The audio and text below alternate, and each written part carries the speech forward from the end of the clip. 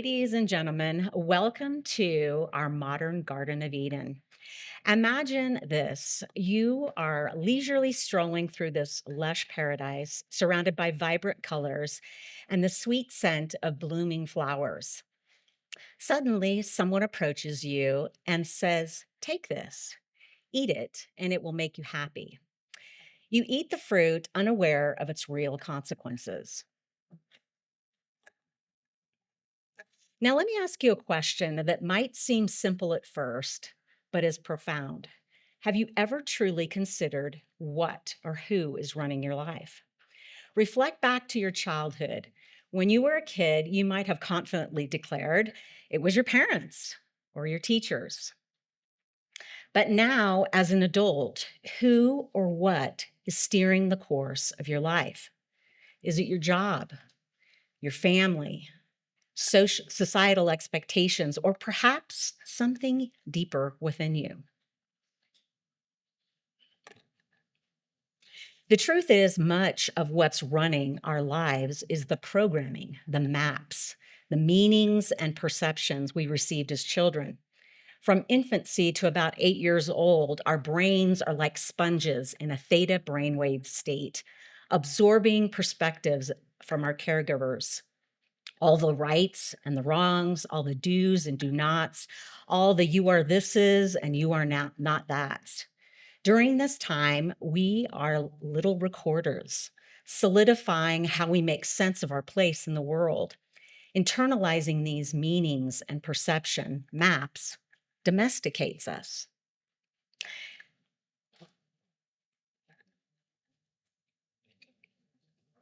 It washes away the innocence of childhood.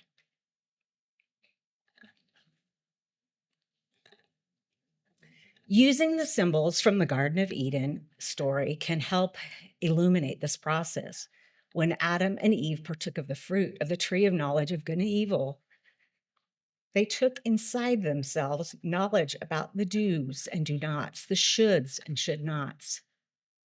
Thus, partaking of this fruit of the tree of knowledge of should and should not provides a powerful symbol of our own domestication.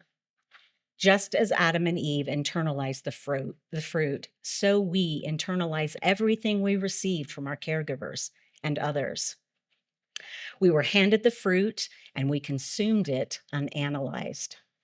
As we internalize these lessons about life, identity, and worthiness, and so on, they become a part of us and we grow. These received maps become our guide to make sense of the world and understanding who we are. These inherent beliefs shape our actions, our thoughts, our self-worth, and so much more. Here's the problem.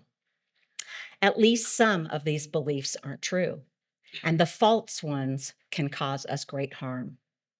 Just as Adam and Eve were cast out of the garden, so we are cast from the garden of our innocence in a lone and dreary world to discover by trial and error and learning which of the maps lead to happiness and which produce suffering. Consider, for example, how these received beliefs would affect a developing adult.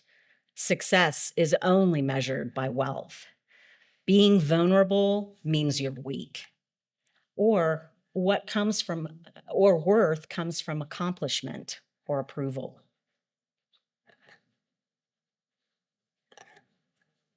Interestingly, neuroscientists have discovered that we exercise far less free will than we once believed. They estimate that about 90% of what we think about, feel, and how we act can be traced back to our early programming, either acting from it or reacting to it.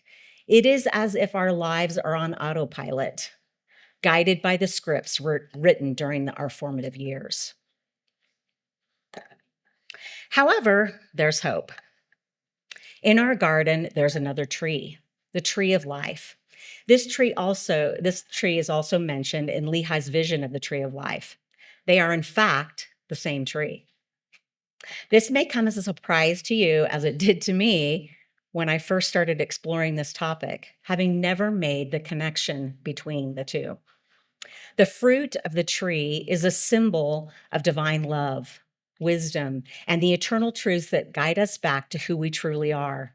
Initially, we're not able to partake of this fruit because we need time to explore our choices between our perceived right and wrong from our maps.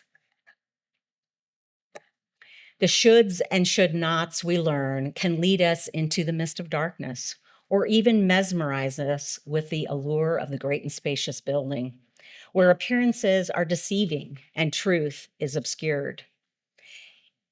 It's easy to get lost in the noise of external expectations and forget the internal compass that guides us. By partaking of the fruit of the tree of life or the love of God, we find our way back to the path. It helps us right our wrongs and our experience, and we're able to experience the true love of our Savior, Jesus Christ, and his atoning sacrifice, allowing us to be one with him and the Father. This journey is about peeling back the layers of false beliefs, embracing the core of who we are, divine beings of limitless potential. As we reflect on the journey through our modern Garden of Eden, let's distill the symbols and their meanings. Number one, partaking of the fruit represents the programming or maps we received from our caregivers as children. It's a collection of beliefs and lessons that shape our understanding of the world. Within this programming lies a mix of truths and falsehoods. Number two, the lies and the mists of darkness. The false belief we inherit from our maps can lead us astray into the mist of darkness where confusion reigns and into the great and spacious building where superficial values and appearances overshadow deeper truths. Number three, the tree of life. This symbolizes the love of God. It serves as a beacon, helping us recognize the lies that have clouded our vision.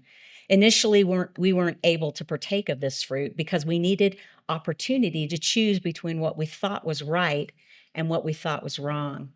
It allows us to right our mistakes. The love of God guides us back to the path of truth, where we can feel God's love and come to know him and how he truly feels about us. By understanding these symbols, we empower ourselves to question our inherent beliefs, embrace divine love, and walk confidently on the path of truth and authenticity. Importantly, our progress towards theism requires that we correct those maps we received as children that are limiting and false. On this topic, it's worth noting that the transhumanist narratives of human progress typically emphasizes technology and physical health. Likely mental or inner health should receive the same attention.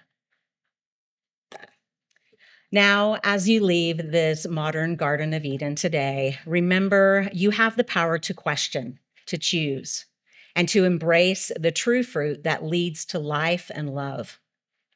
Reflect on the stories you've been told, challenge the narratives that no longer serve you, and step into the freedom of living authentically. Thank you for joining me on this journey of discovery and transformation. May you walk forward with clarity, courage, and a heart full of love.